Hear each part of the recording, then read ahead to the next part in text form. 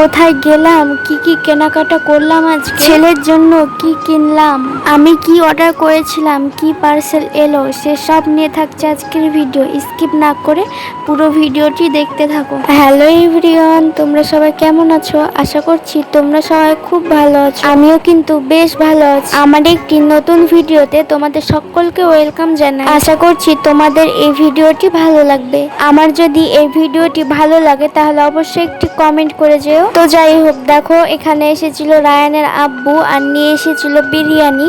এখন সেটাই খাচ্ছি। রায়ানের আব্বু ছেলেকে দেখার জন্য সপ্তাহে সপ্তাহে চলে আসে, তো সেই জন্য তোমরা মাঝে মধ্যে এইরকম ভিডিও দেখতে পাও। তো দেখো বিরিয়ানি অল্প করে খেয়ে তারপরে ভাত দিয়ে দিলাম। এখানে ছিল মাংস আর ডিমে সোয়াবিন আলুতে ঝোল। এখানে রায়ানের সাথে গল্প করছে আর ওর সঙ্গে কথা বললে কত সুন্দর হাসছে দেখো। তারপরে এখানে চলে এসেছিল আমার একটা পার্সেল, তো আমি ক্যামেরাটাকে লম্বাভাবে ধরে ফেলেছি, তো সেই জন্য এইরকম লাগছে। তো চলো বাড়ি যাওয়া যাক, তারপরে তোমাদেরকে দেখাচ্ছি কি আছে। তো এই যে দেখো আমি পার্সেল আনবক্সিং করতে বসে গিয়েছি।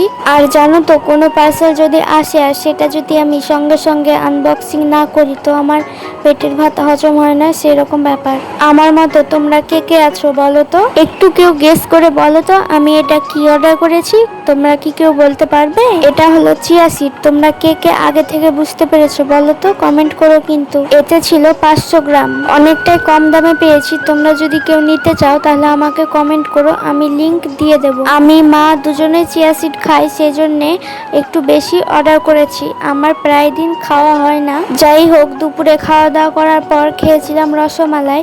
আর জানো তো আমার রসমালাই খেতে খুব ভালো লাগে। বিকালে যাচ্ছিলাম অল্প কিছু কেনাকাটা করতে আর ছেলেকে রেখে যাচ্ছি মার কাছে। এখন ছোট আছে বলে ওকে রেখে যেতে পারছি, আর বড় হলে যদি রেখে যায় তো ও বুঝেই যাবে যে মা আব্বু আমাকে রেখে চলে যাচ্ছে, তখন যাওয়ার জন্য কান্না করবে। আর জানো তো, ও যখনই আসে তখনই আমার কোথাও না কোথাও না গেলে আমার একটুও ভালো লাগে না।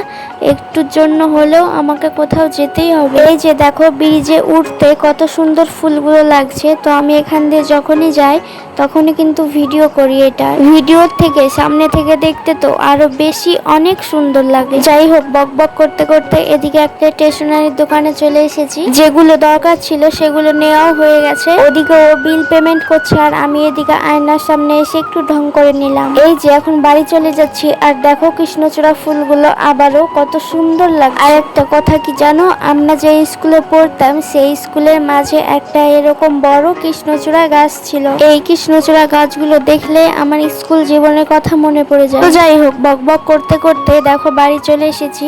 আর এখন বাড়ি যাচ্ছে রায়ানের আব্বু। ছেলেকে যেন আদর করা শেষই হয় না, আর ছেলেও তাই। দেখো কত সুন্দর আব্বুর কথা শুনছে। এই তো সেদিন হলো, আর দেখতে দেখতে বড় হয়ে যাচ্ছে আমার ছেলেটা। তো চলো তারপরে তোমাদেরকে দেখাই স্টেশনারির দোকান থেকে কি কি কেনাকাটা করলাম। এখন যেহেতু মাঝে মধ্যে বৃষ্টি লেগে আছে, সেই জন্য নিয়েছিলাম এখানে 10 পিস ডাইপার। ওকে আমি বৃষ্টি বাদলের দিন আর কোথাও গেলে ডাইপার পরাই, তাছাড়া পরাই না। আর নিয়েছিলাম একটা ফেয়ার লাভলি। তো আমি বাড়িতে ফেয়ার লাভলি ছাড়া কিছু ইউজ করি না। এর জন্য বেবি জনসন্স এর একটা শ্যাম্পু আর আমার জন্য একটা টিউলিপের ক্লিপ। আর নিয়েছিলাম 2 জোড়া চুড়ি, মানে এগুলো একটা ব্যাঙ্গলস এর সেট আর একটা হচ্ছে গর্জিয়াস চুড়ি। রেগুলার ইউজের জন্য এখানে নিয়েছিলাম সিটি গোল্ডের টপ কানের।